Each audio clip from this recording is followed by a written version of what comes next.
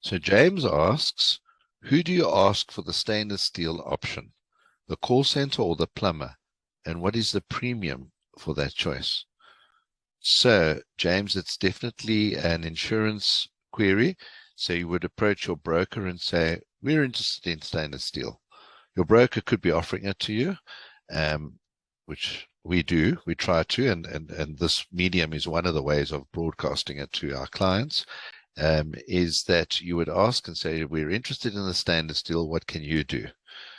Why I say that is there is no hard and fast. It depends on your claims ratio, because you remember I discussed claims ratio.